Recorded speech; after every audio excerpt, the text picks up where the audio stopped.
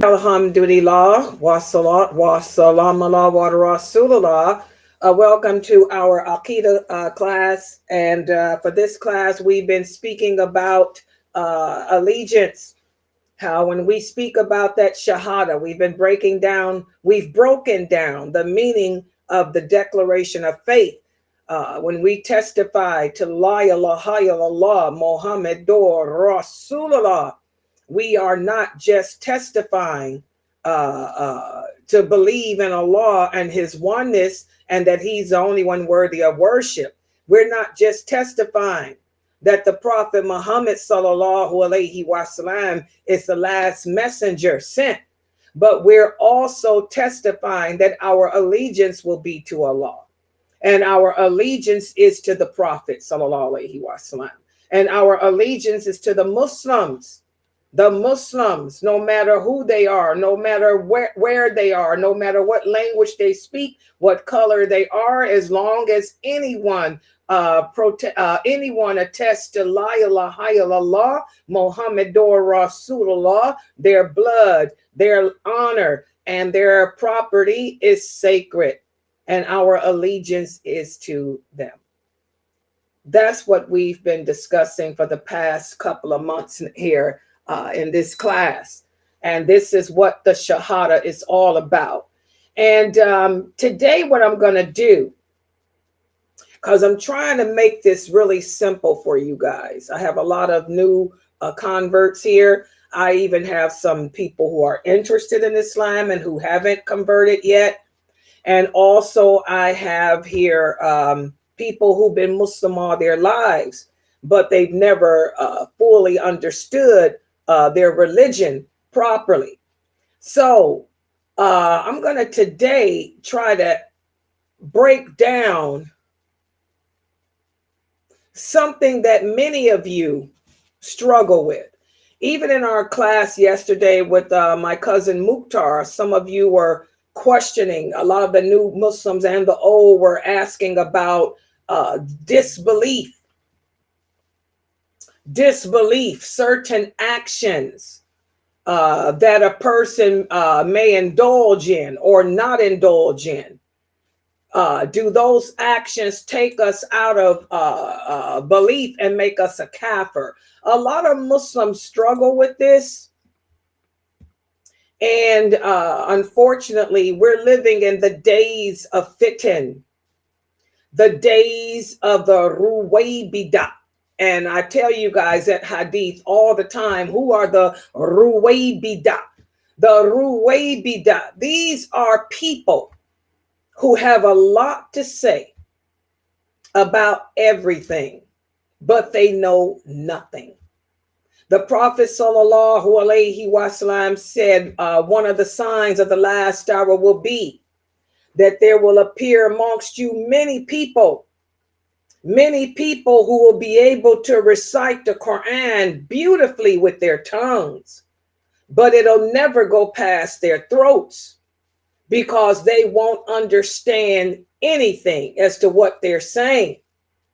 These people will take fatwa over the laws and words of Allah. They'll replace the hadith with fatwa. They'll replace the Quran with their opinions, what their sheikhs say. These are the ruwaybidah. And we're living in that time. He was talking about this time that we're in now, where we have a lot of Muslim men and women who have memorized the Quran by heart. When I say memorize, I mean memorized how to sing it, how to recite it.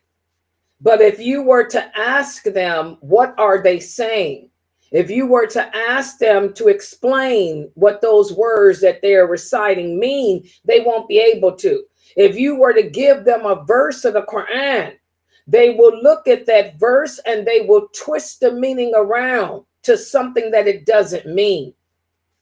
And no longer will they look to see how the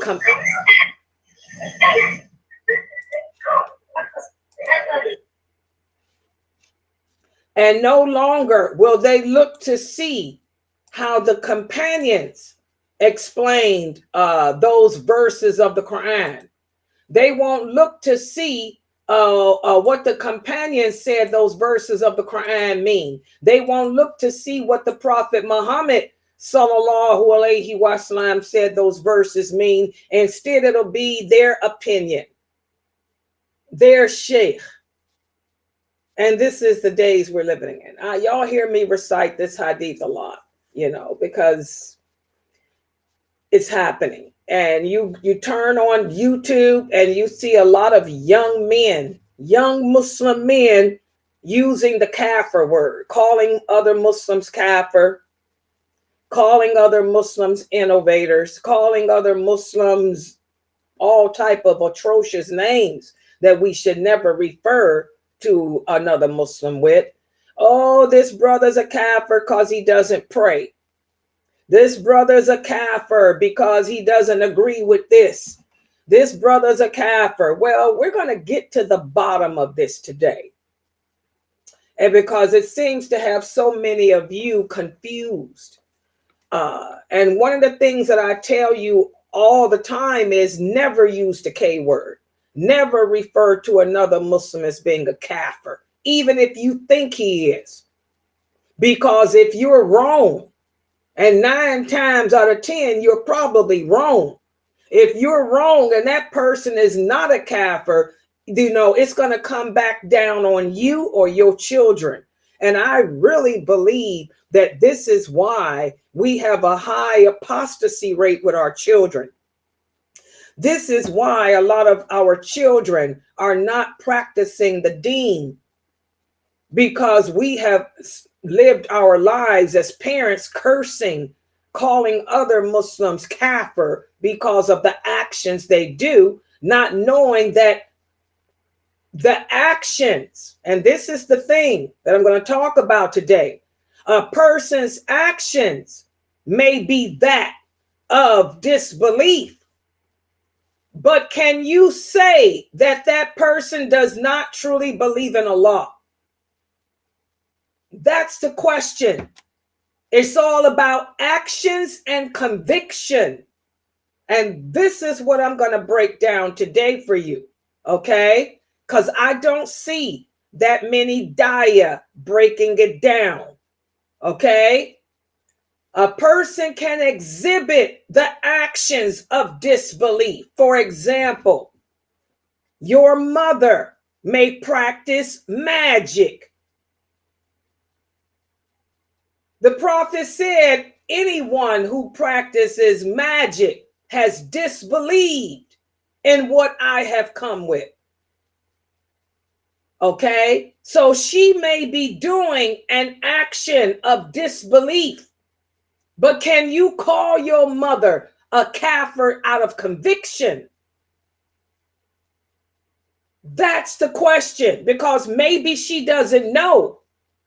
You'd be surprised how many Muslims don't know that magic is a sin of disbelief, that magic is an action of disbelief.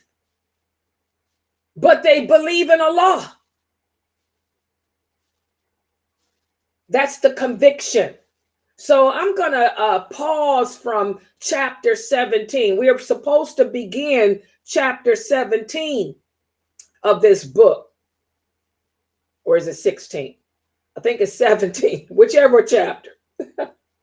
And I'm going to focus on breaking down how faith consists of different branches. And just as faith consists of different branches, disbelief has different branches too. And this is another hadith that a lot of Muslims don't understand and that you hear me use a lot. Okay? There's different branches of faith. And you can tell how strong a Muslim is in their faith based on their initial reaction when a hardship comes. That's the hadith from Bukhari. Whereas the Prophet sallallahu alaihi wasallam walked past a woman who was mourning over the grave of a deceased relative. And he told her to have patience, and she yelled at him and sent him away. Later, when she realized that it was the prophet she had spoken that way to, she came to apologize. And the prophet sallallahu alaihi wasallam said, patience manifests itself at the first strike of a hardship. But that's not all he said. He also went on to say, and this hadith is Bukhari too, faith consists of many different branches. There's many different branches of faith. You can tell how strong a person is in his faith when a hardship occurs. That's the rest of that hadith. And this is something I tell you guys, when you're reading the hadith books, okay, you may come upon one statement that goes with a whole khutbah, because the prophet used to give khutbahs, and you might read one part of that khutbah here, another part there, another part there. This is why you have to know the history of Islam, the whole story of it. So today what I'm going to do is speak about how faith has many different branches. And just as faith has many different branches, so does disbelief. This is wala, walbara. When we talk about iman, our faith, we're talking about el-wala. When we're talking about disbelief, we're talking about barra, which is disassociation. We're supposed to disassociate from those actions or convictions that oppose Allah and his teachings. And we're supposed to have allegiance, al-wala, towards everything that Allah commands and teaches. So let's put the PowerPoint up on the screen, and then you will see why we have to be careful referring to people as being kafir. Because a person may do an action or a branch. A person may commit a branch of disbelief, but his heart still believes in Allah. Y'all understand? I'm trying to break this down in plain, simple English. And this is the problem. A lot of the dawah that speak Arabic, they have a hard time, a very hard time telling you the meaning of things in English because it's a different language. Well, alhamdulillah, I've had great teachers of hadith, scholars of hadith. They're not living anymore except for Sheikh Morsi, alhamdulillah. But also I've had great translators of the English language. Plus I have a degree in communications and know my language. So I'm going to try to break this down to you guys. So hopefully I don't have to ever hear any of you brothers or sisters refer to another Muslim as being a kafir. Because just because that person may be doing an action of disbelief when you don't know what their conviction is. Okay? And by the way, for you brothers out there, I'm basing this on the Quran and the authentic hadith with the understanding of the companions. I'm giving you the understanding that Ibn Abbas had about this topic and Ibn Umar radiallahu anhu. Okay? And this is also taken from a treatise written by Ibn Qayyim and Sheikh Qatani. Okay? That's for my brothers out there who get off into the scholar stuff. But you know me, I don't base it on nothing but Quran and authentic hadith with understanding of the companions. But this is just this is part of Walla Well Better too. Okay, but this is another class that I teach that I learned from my teachers, but you guys will recognize the information, inshallah. But anyway, let me put the PowerPoint up on the screen. All right. It has to be broken down in English correctly, because I don't like seeing all this kafir bashing that's going on. All right, so tonight we're going to speak about the branches of faith, how faith consists of different branches, and how disbelief consists of different branches too. All right. First of all, faith, iman, is fundamental. The Prophet Muhammad sallallahu alaihi wasallam told us in the authentic hadith, the source, Bukhari and Muslim, faith consists of many different branches.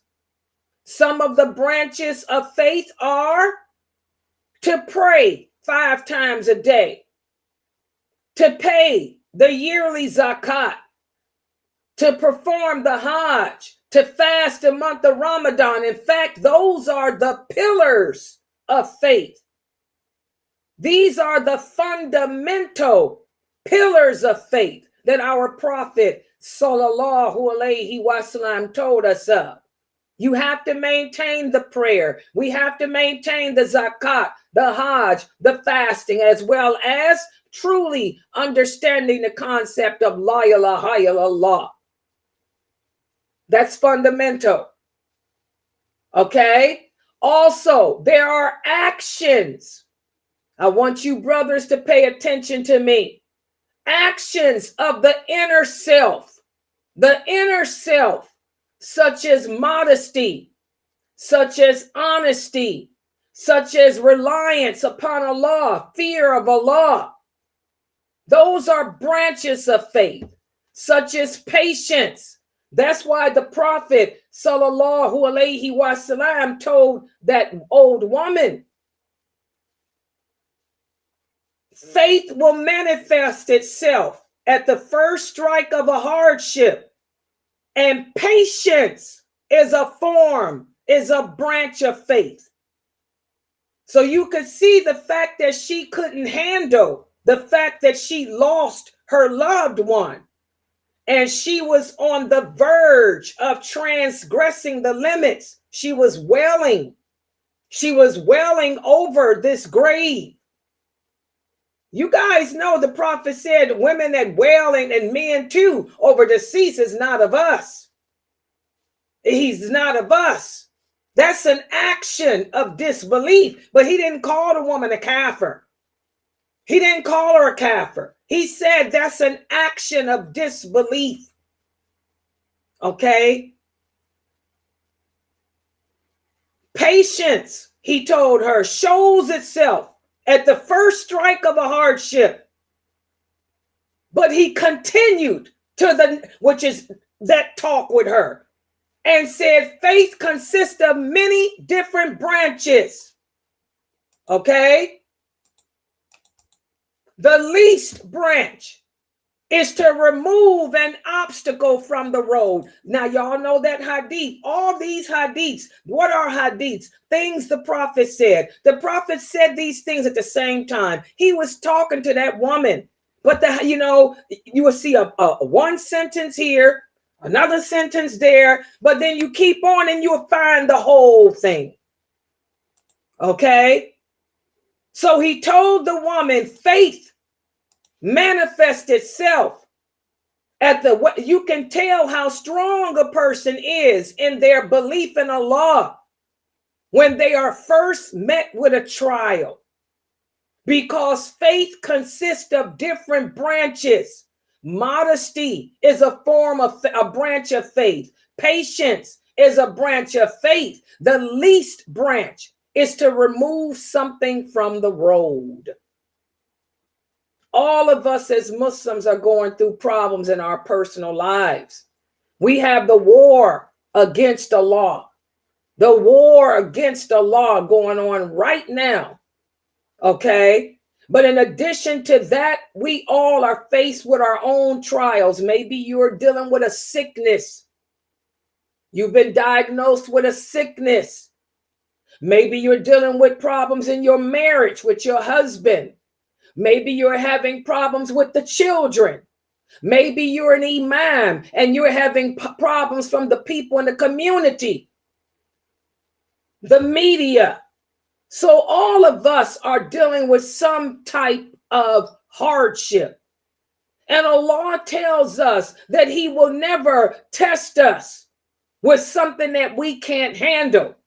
And one man's blue may be another man's strife. That means one man's problem may be another man's accomplishment. He's going to try us based on our level of faith. You can't handle what those Palestinians are going through in Gaza because you're not there in your belief system yet. But you can handle the fact that your husband and you are having problems in the marriage, or you can handle the fact that you were diagnosed with cancer. Y'all see that? So Allah will test us in accordance to our level of faith. You can't handle watching your children be blowed up in front of you, but you can handle the media attacking you. You can handle the people in your community thinking that you're too much of a renegade because you're calling them to the Sunnah. So we all have different trials. And like the prophet told that woman, faith will manifest itself when you meet that trial. What your initial reaction will be. She lacked patience. Because she lacked patience, she wailed, which is an act of disbelief. How are you meeting your trials in life? How are you dealing with your cancer? How are you dealing with your husband and your problems with him? How are you dealing with the problems in the community? How are you dealing with the media on your back? Are you panicking like she was doing?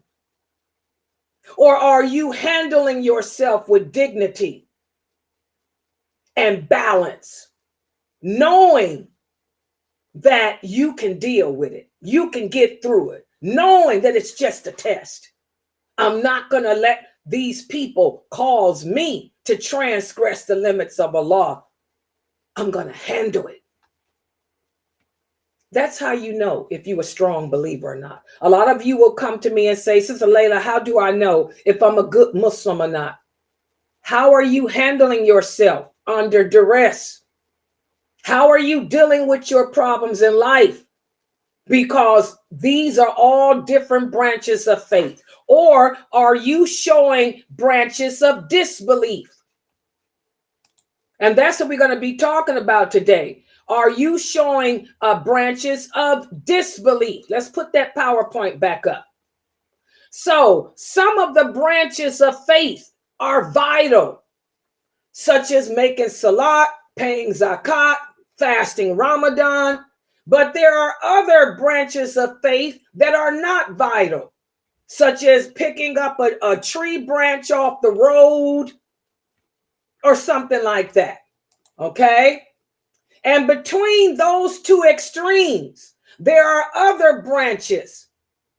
Some are closely associated with La ilaha illallah, and there are other branches that are closely associated with removing obstacles. Patience. This woman transgressed the limits and was wailing over the deceased. That action, that is closely related to La ilaha illallah. Not performing the prayer.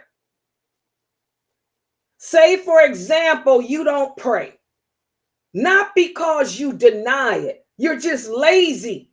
Some of us are just too lazy and we feel bad about not making that prayer. Okay? That's close to that la ilaha illallah. Okay? Witchcraft, magic, that may be close to the la ilaha illallah, because these are all actions that our prophet spoke about that can take you out of Islam. But again, can I say that person's a kafir? Let's keep going.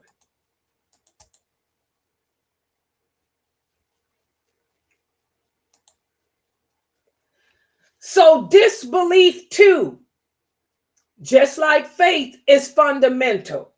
And disbelief has its branches. As a branch of faith is related to your belief, the branches of disbelief are related to your disbelief in Allah. For example, just like modesty is a characteristic of faith, to not be modest is a characteristic of disbelief. Y'all get it?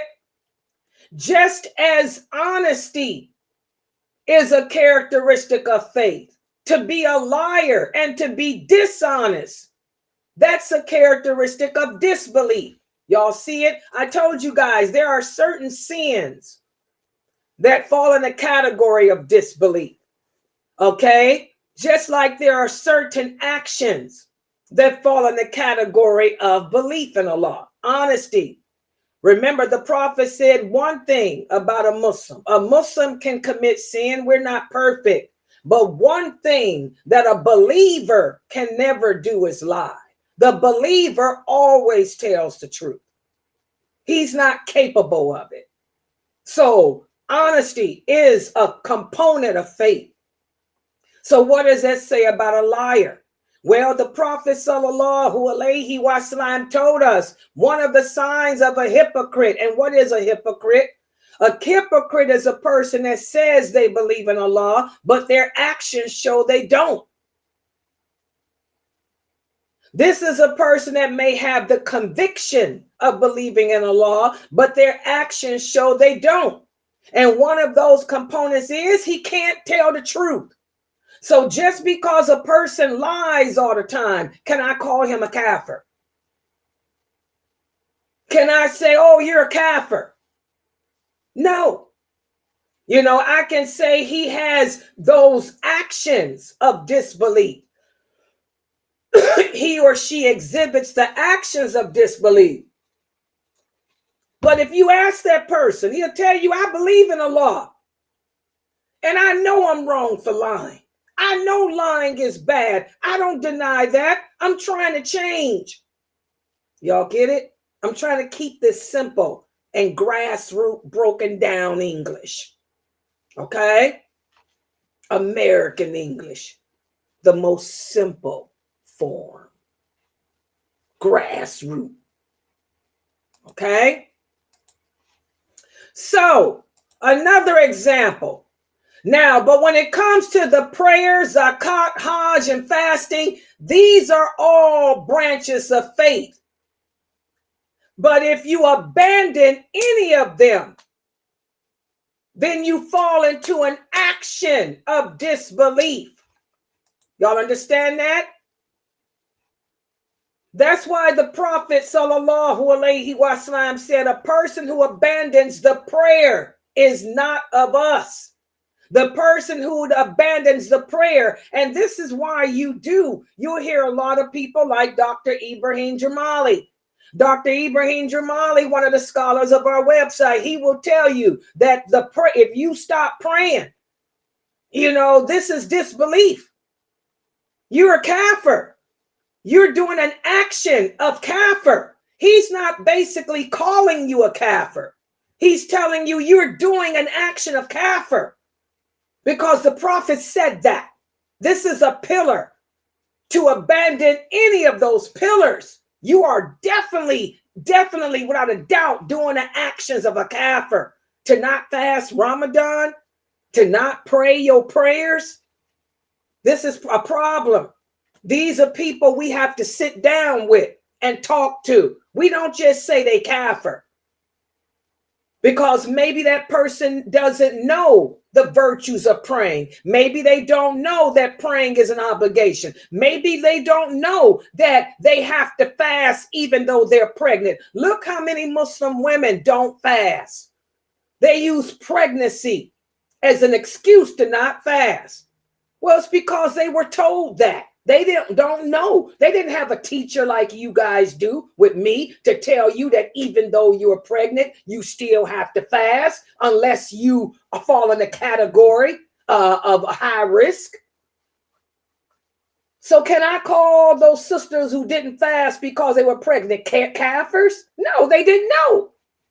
But yes, it's an action that can take you out of Islam if you did know and refuse to do it. That's the key. And that's what my cousin Mukhtar was talking about yesterday. You know you got to pray, but you refuse it. I ain't talking about being lazy. I'm just saying you just flat out say, I ain't doing it. Let me give y'all an example. I remember 10 years ago, I had a man from Iraq, an Arab guy from Iraq, join my website. And it was during the month of Ramadan. I'll never forget it. Amina Fresno asked him, because he was talking about how he smoked cigarettes. And Amina Fresno asked him, how you smoke cigarettes? This is Ramadan. Ain't you fasting, brother? He told Amina Fresno, he said, I ain't got to fast. She said, why come you don't have to fast? He said, because my mother is such a good Muslim. I know that Allah is not going to put me in hell because of the deeds my mother's done. Because my mother is such a good Muslim and my mother prays every day, all day and night, and she fasts all the time, even though she ain't got to. I know I ain't got to do nothing, so I refuse to fast. Now, that's a person that's got a problem. And even when we explained to him that his mother's deeds ain't got nothing to do with him, he still said, I don't want to talk to y'all. Y'all can't tell me anything. I don't have to fast, and I refuse to do it. I ain't ever doing it, and none of that. My mother is all I need to get into heaven. This is somebody that's got a problem, a big problem, even after being spoken to about it. Okay? Also, to rule, another example of a branch of disbelief is to rule by what Allah has revealed.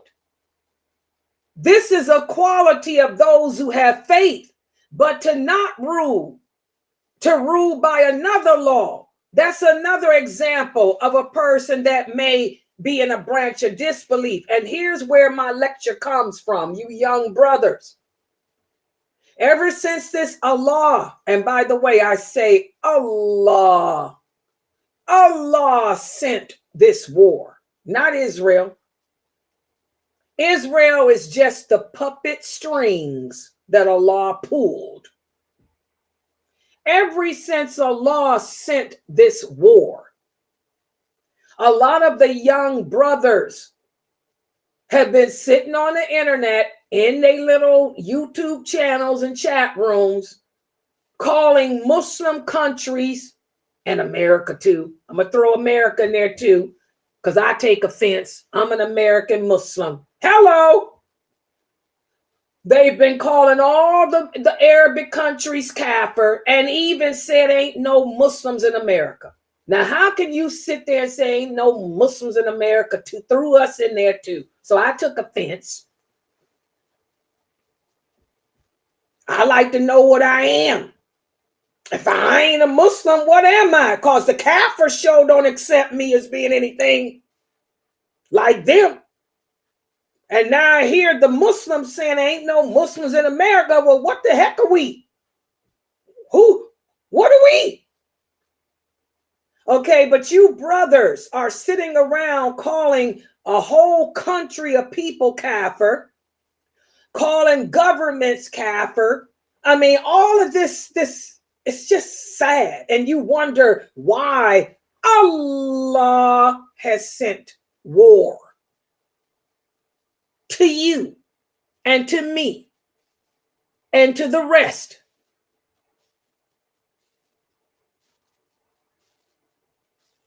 Just because a person may not rule by the laws of Allah, does that give you the right to say that person is a kafir?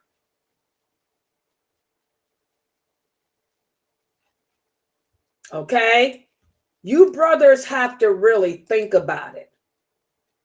So disobedience comes from disbelief, and obedience comes to belief.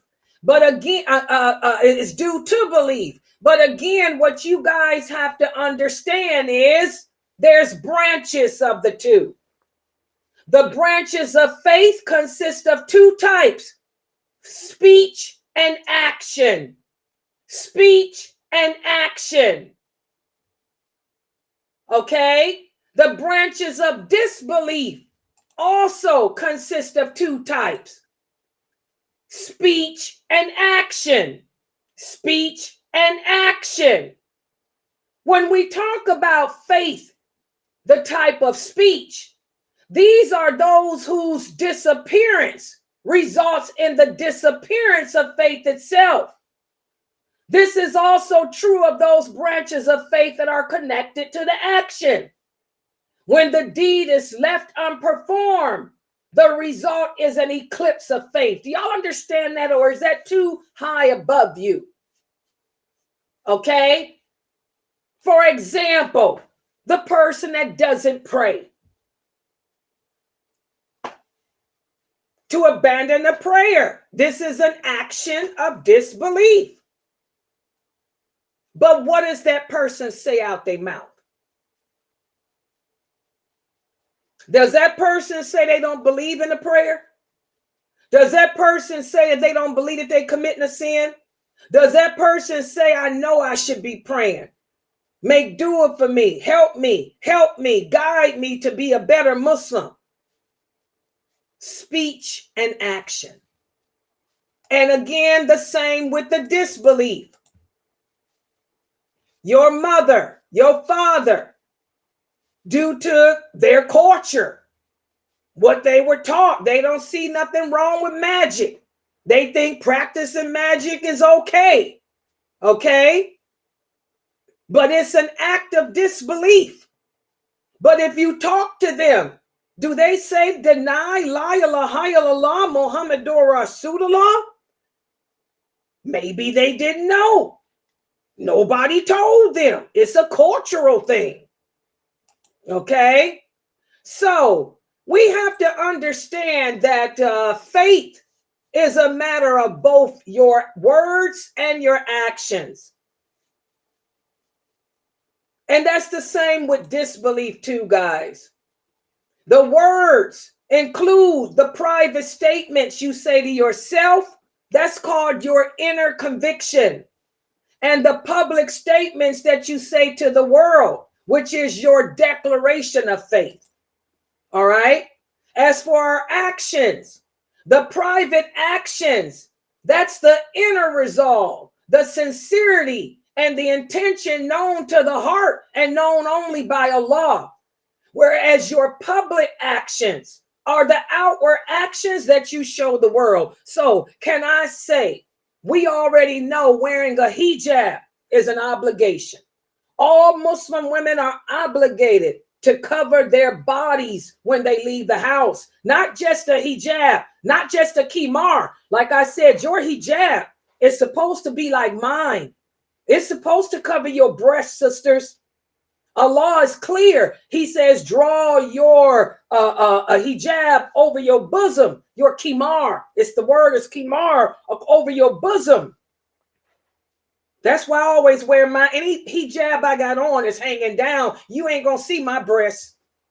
And I got some bad boys too, but they covered up. And I'm gonna wear an abaya. Allah also says, wear your jilbab. Jilbab, your overgarment. Jilbab means overgarment. Overgarment to cover my womanly parts. That's baggy enough. where you can't see the shape of my thigh, the shape of my derriere, the shape of my leg, or the shape of my arms, or my foot, whether my foot is slim, thin. So for those Muslim women that don't dress like this, can I say they kafir?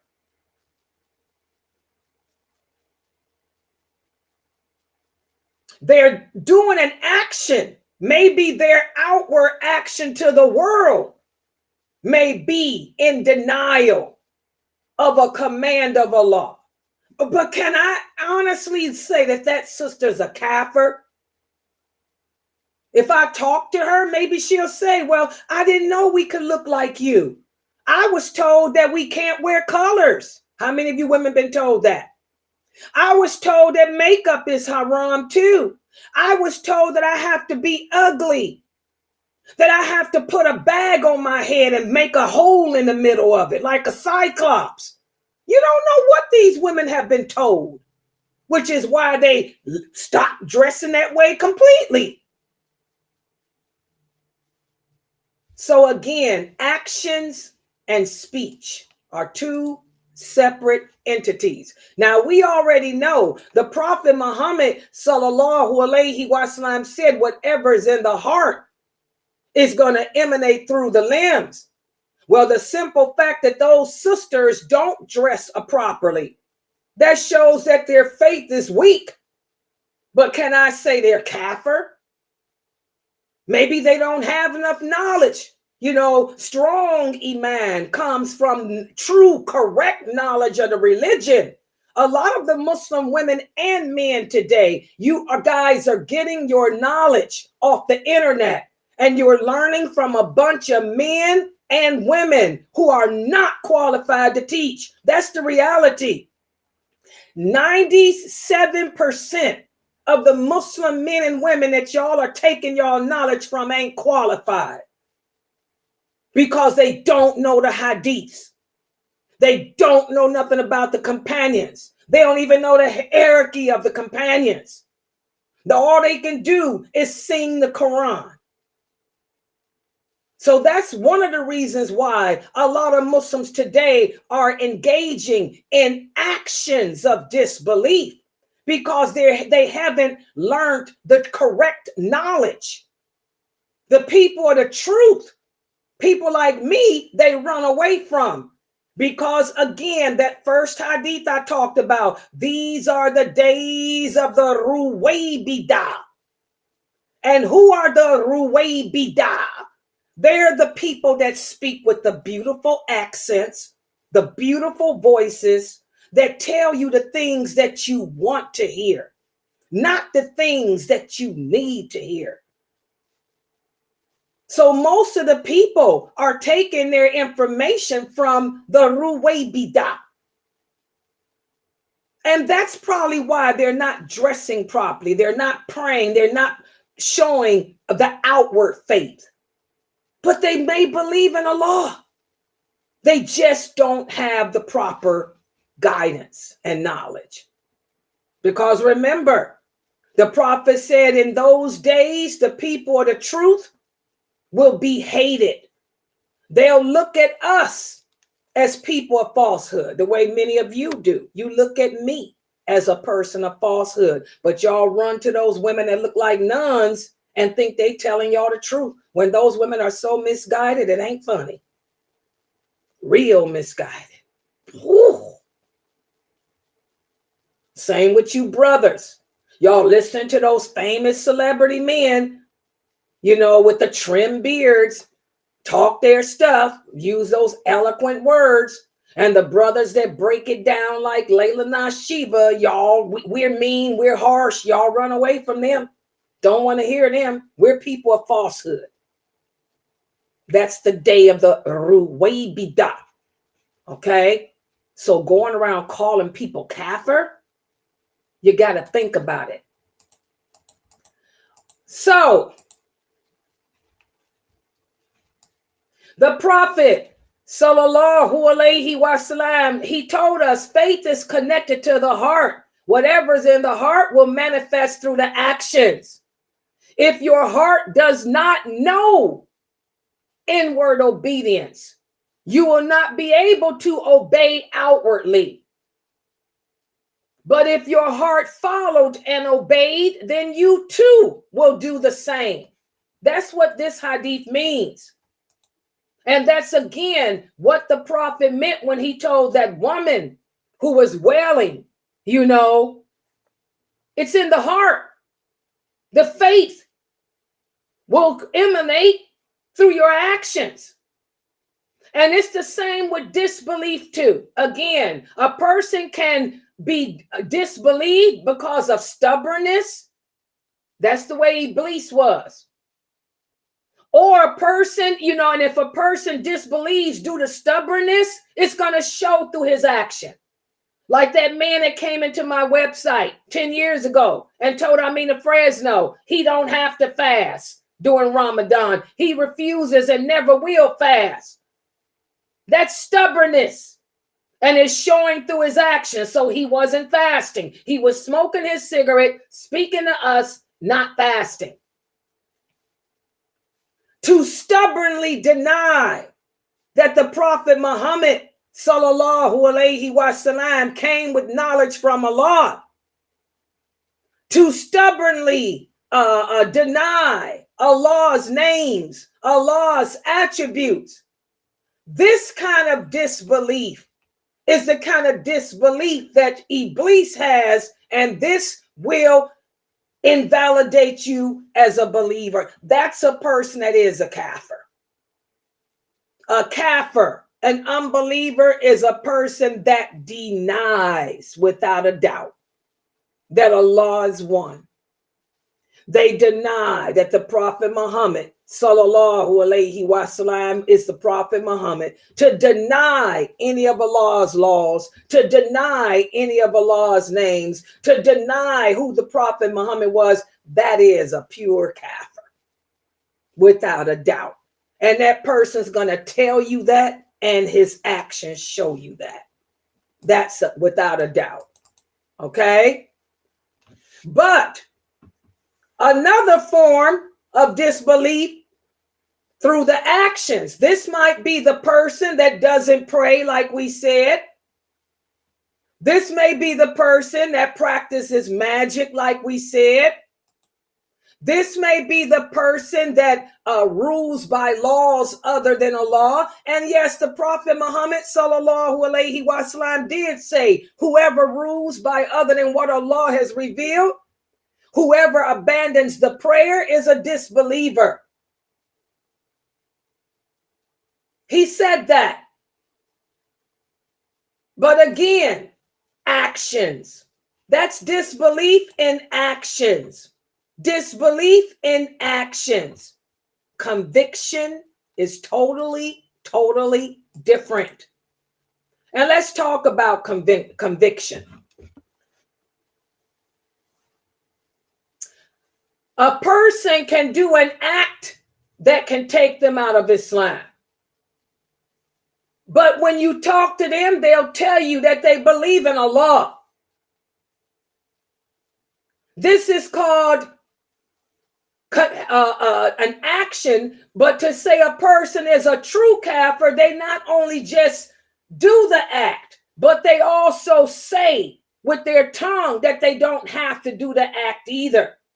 For example, the Prophet said, whoever goes to a fortune teller and believes what that person says, or any man who commits sodomy with his wife, these people are free of what has been revealed to the Prophet. That means that these are actions of disbelief. They're doing the action, having sodomy with your wife. You're doing an action of disbelief. Going to a fortune teller, you're doing an action of disbelief. But again, if the man thinks it's okay to sodomize his wife after being talked to, I'm going to do it anyway. Ain't nothing wrong with it. It's my business. Or I'm going to continue to go to the fortune teller. Now the person's a true kafir. But again, it's not for you or me to do.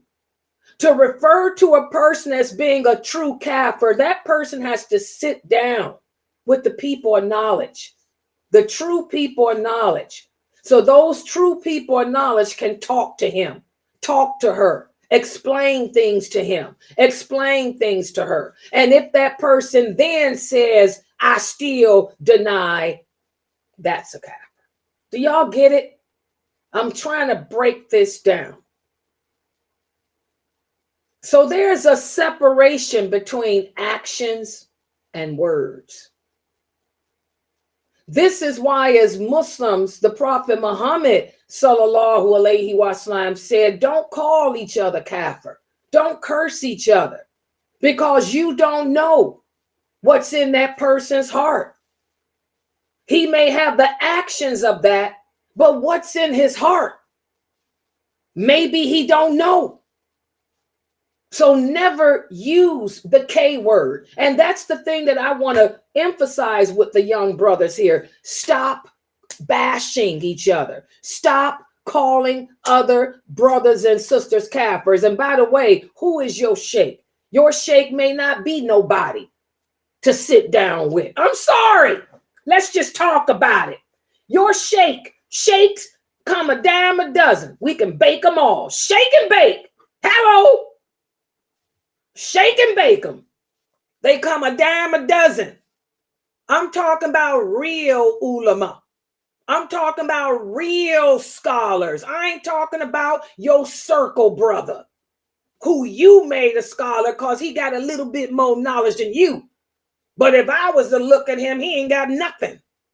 Okay? So this doesn't mean that your circle of people can sit down with him or her and talk to them, because your circle of people may be just as numbskull as you are. Okay? The real ulama has to sit down. Someone from the real ulama has to sit down with them and talk with that person. You understand? Because I'm here to tell you the truth. Most Muslims don't know how to pray. Your little circle of scholar, he might be a twirler. Your circle of scholar may just follow blindly a madhab and think he can't raise his hands. A lot of these so-called scholars are just follow madhabs, or they follow just one particular person. How many of them are basing their findings on what the companion said? So just because your circle of friends sat down and told somebody you going to hell because you don't pray, don't mean that that person's a kafir. Y'all understand that? Because sheikhs come a dime a dozen. Shake them up in a bag and bake them. Shake, bake. Real simple. All right? So now, I want y'all to ponder this. The Prophet sallallahu alaihi wasallam said, if a person says to his brother in Islam, you're an unbeliever, then one of them will become that. And again, this is why I think that there's such a high apostasy rate, and our children, a lot of times it comes down on our kids. We go around cursing other Muslims, and we wonder why we raise our children and our children end up not practicing the deen because you called that brother over there kafir. And that brother ain't no kafir. You got mad and bashed that sister on the internet and said she was a kafir. So now Allah done took it out of you, out of your child. We have to be careful. Okay? Also, the Prophet sallallahu alaihi wasallam said a person may keep the law of Allah and not exceed his limits and not go near what has been forbidden, and may rush to do good deeds and may fulfill Allah's commands only according to the depth of his faith. That's my dalil. That hadith there is what I rested on. That's the dalil.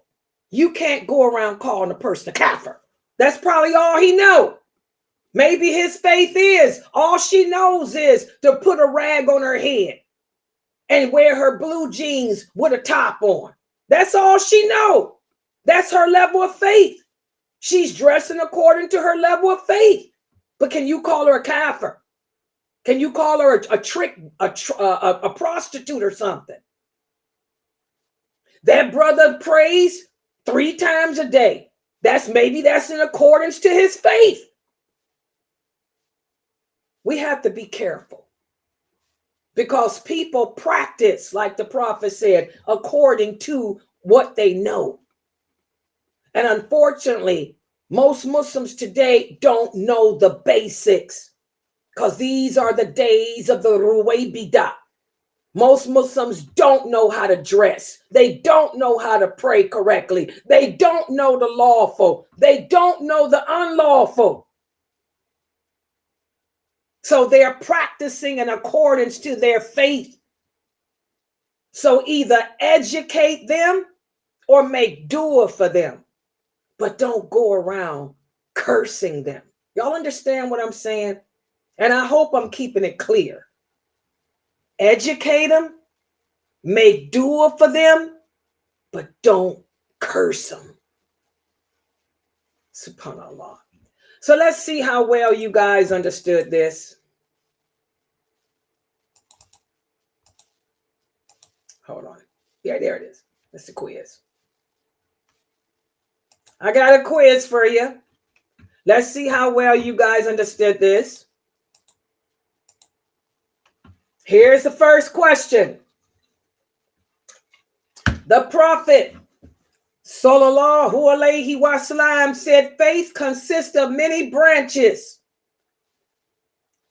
Tell me some of the branches of faith, guys. Who can get on the mic and give me some branches?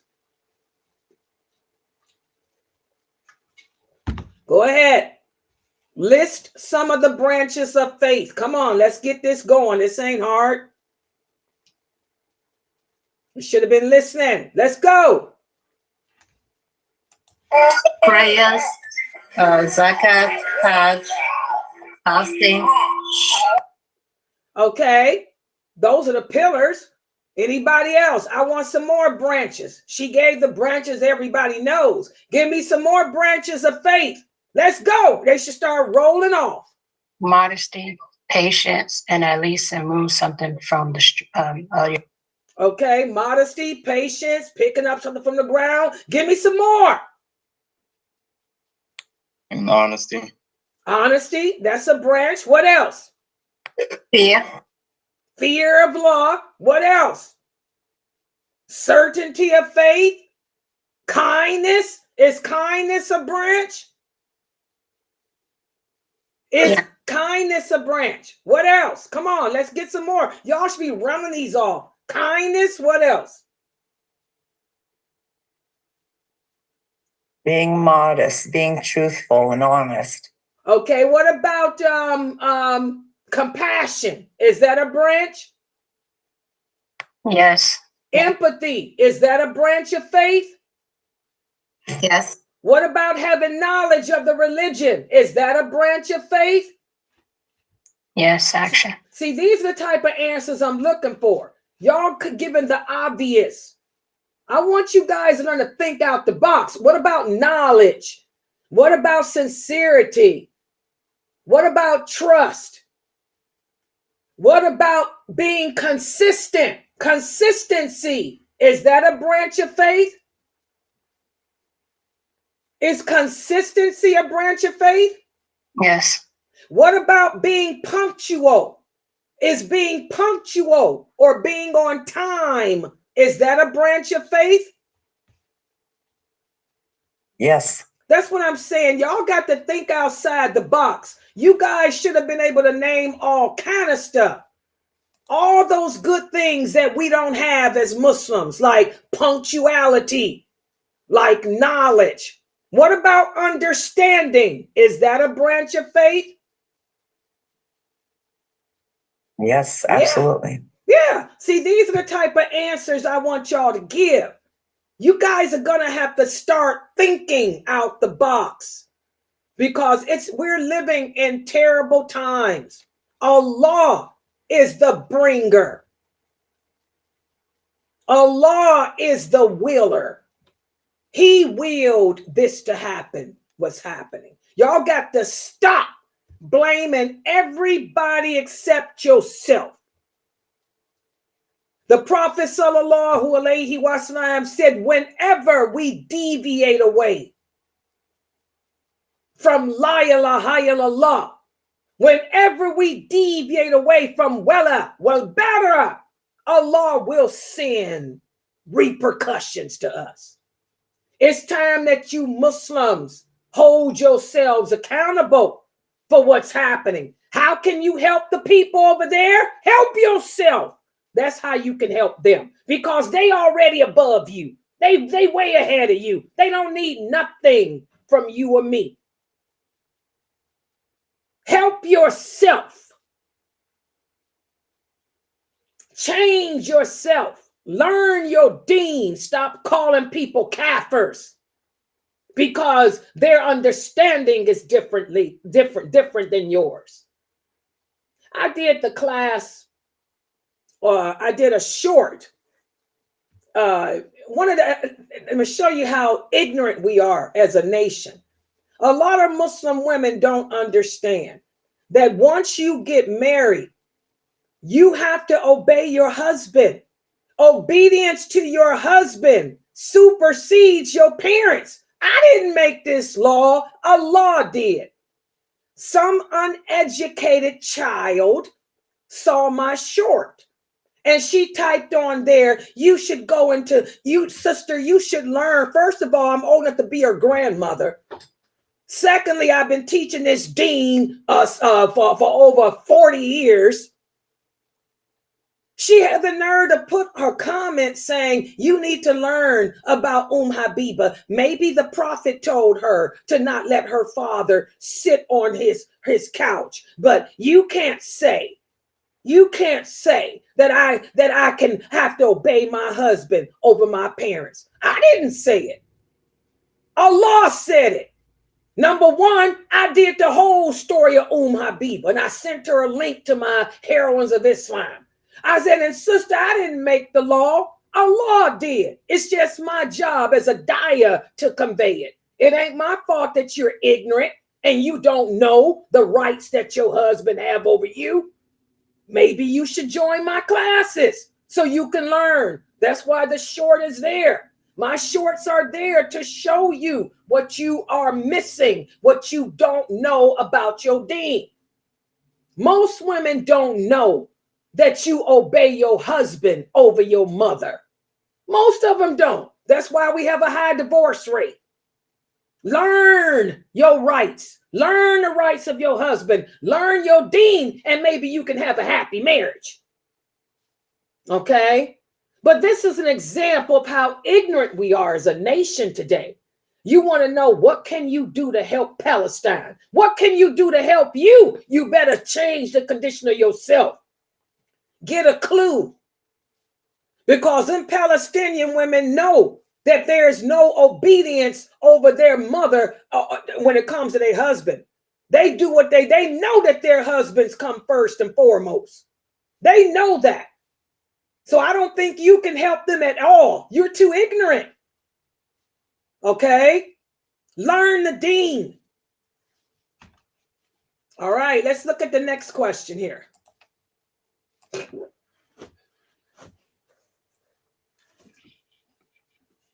And I want some better answers. Also, wait a minute, did I skip one? Is this the same question? Was that, guys? Okay, we did that one, the branches. Okay, here's the next one. Next one. When faced with a hardship in life, what are some branches of faith that may manifest itself about you? And by the way, when these branches manifest, they should tell you what you need to work on. What are some of the branches of faith that may or may not manifest when you're faced with a hardship in life? Who can answer that? Patience is one. Exactly. Patience is one. What's some more that might manifest? Disbelief is another. How? Okay, Disbelief and knowing that Allah gave you, put on you what you have. Disbelief and knowing that He will take care of it. Okay, and knowing that He lays some burden on you and greater than you can bear. I mean, you could almost go downhill. Okay, well, this is about faith, understanding. This is about faith, not disbelief.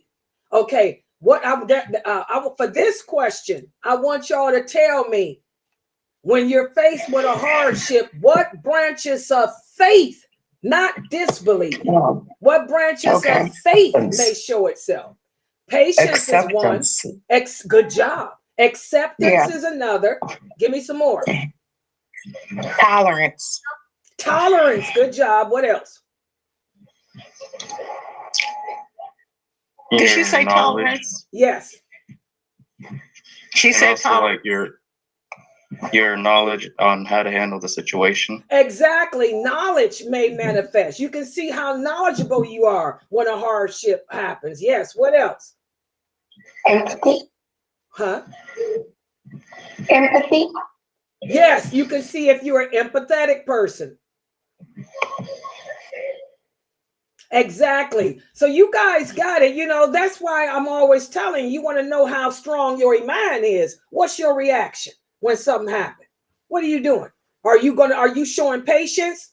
That's what the prophet told this woman. You weren't showing patience. You weren't showing tolerance. Certainty of belief. That's another one that may manifest. Acceptance of the qadr of Allah, like Ifti said. That's another one. So again, guys, this is what I want y'all to do. Whenever you receive bad news about something, even if it's like you were told that you failed an exam in school, you were told that you failed your driver's test, you were told that your reservations were canceled. Look at your initial response. Are you handling it with patience, dignity, tolerance, acceptance, or are you freaking off? You're going off cussing and throwing cheers and all of that. Okay. Look at the next question. What are some branches of disbelief that may manifest when you're faced with a hardship? Now, this is disbelief, not faith. What are some branches of disbelief that may show itself when you're faced with a hardship? Anger, blame. Good job. Anger, blame. Oh, that's a really good one. What else? The opposite of acceptance, which is unacceptance. Good job. Acceptance. Denial. Good job, Murad. You on this. Denial. How many of us go into denial? We go into denial. Good job. What else? Denial is a form of disbelief. Not accepting the qadr of Allah. That's a branch of disbelief. Cursing, profanity. Profanity is a branch of disbelief. Rejection, good job. Rejecting the decree of Allah. That's a branch of disbelief. You guys get it? So faith and disbelief consist of different branches. Do y'all understand what I'm teaching here? Actions. Your actions are the branches of what holds in your heart. Whatever is in your heart is going to show through your actions. Good actions are actions of belief. Bad actions are actions of disbelief. That's how easy this is. Y'all get it? Okay, let's look at the next question. Give me an example of an action that falls in the category of disbelief, but the person may not be a disbeliever. Give me an example of an action. What's an action that falls in the category of disbelief? But that person may not be a believer, a disbeliever rather, in his or her heart. Give me an example. One example is being saying that you don't have to pray. So it couldn't be the person might not know how to pray, or the person just could be lazy. Okay, she said, listen to her answer.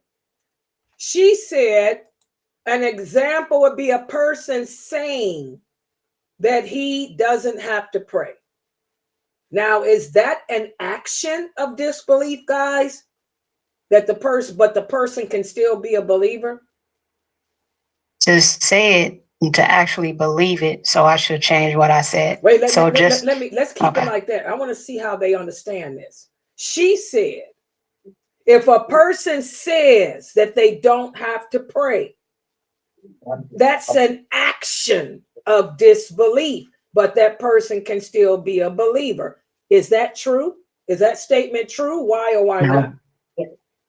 No, because if they believe, because they're going against what Allah ordered. Allah ordered prayer. No. But what makes them go against it? What did they do? Because they don't believe they have to. They said it. Right. Faith consists of two things. Actions and words. Yes. This person denied it in his actions and his speech. So that makes him a kafir. Y'all understand that? Yeah. To deny something in your actions and your speech, you are a stone kafir. What I taught you guys today is that there are a lot of people out there who display actions of disbelief, but they don't deny it with their tongue. If a person has the action and denies it with his tongue, that's the kafir. Y'all get it? Yeah, I understand now. So she gave the wrong example, but I'm glad she gave it. Okay, so now let's go back to the question. The question is, I want y'all to give me an example of an action that falls in the category of disbelief. However, that person may not be a disbeliever. Hooping and hollering and trying to pull your son out the grave. Exactly. Wailing over the dead. Like the prophet said, whoever wails over the dead is not of us. Okay, but unless that person admits it out their tongue that it's okay, we can't call them a kafir. Give me another example. Practicing magic, doing astrology. Okay. Going to worshiping the graves. Good job. Now, what is it that would make those people stone believers who did those actions? You mean stone disbelievers? Yeah, stone disbelievers, yeah. They said it's okay to do right. it. If they said it's okay. Exactly. Exactly. Do y'all get it?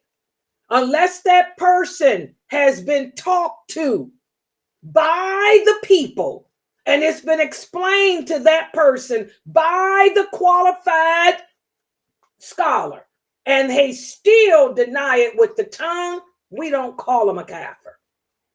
Y'all understand that? And that's the point of this. A person can do the actions of a disbeliever, but unless they announce it with their tongue too, after being talked to by the bona fide, qualified scholar, we don't use that term. Y'all understand that? Good job. Any questions about today's lecture? Say this person don't know they're not supposed to be doing magic and all that.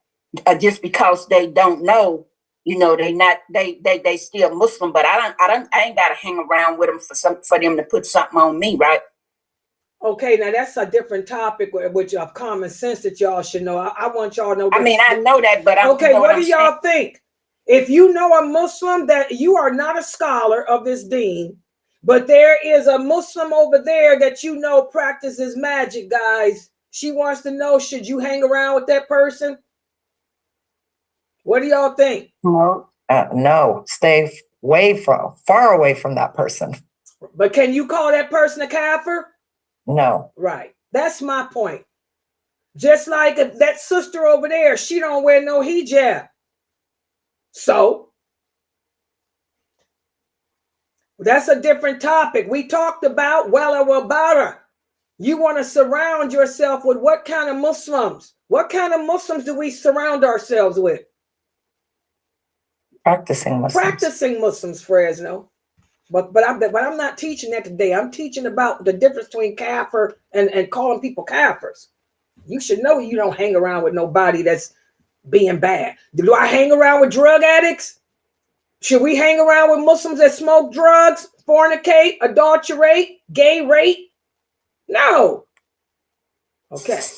But this class is about y'all, not you guys. You young brothers calling people kafir. Okay. I have a question. The person who commits suicide. Now, this is something different. What if a person commits suicide? That's a sin of what? Disbelief. Yeah. So that's a different topic. Okay. Plus, they ain't here. They gone. They killed themselves. They kafir. We ain't talking about that. I'm talking about you guys going around referring to people as being kafir because they don't wear hijab, because they don't pray, because they don't agree with you, because I told you something that you never heard. But you calling me a kafir because I told you that Allah said a woman has to obey her husband over her parents. I'm a kafir now. Because you never knew that. We got to stop using this kafir word. And by the way, I didn't even exhibit any actions of kafirism. Y'all understand? Any other questions? But I just had a question on mine. When I was finishing it up and I said that the person can be just ignorant or the person can just be lazy, would that still be considered? Lazy or ignorant about for the prayers? For the prayers. For the prayers. What about them?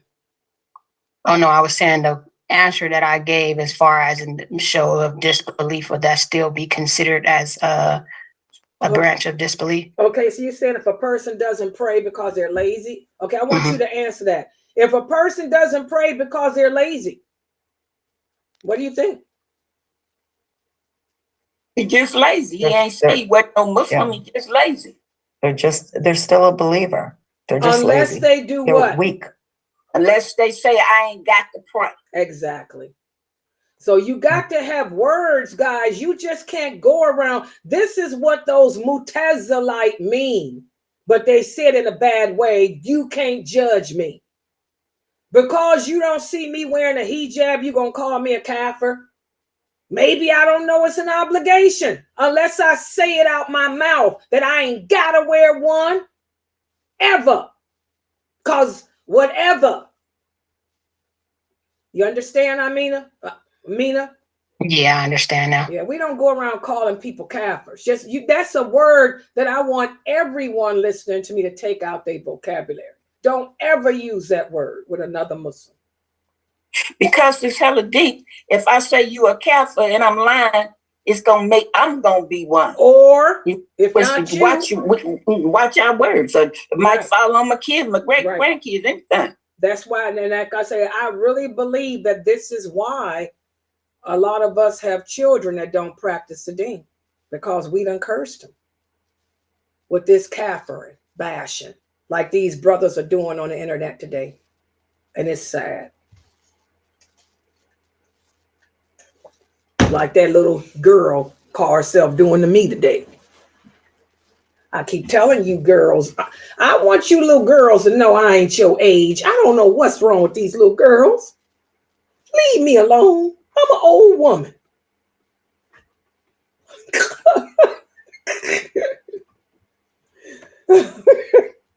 Respect has gone out of the window, let alone respecting your elders. It's just all gone out of the window. That's People another don't one. respect their teachers.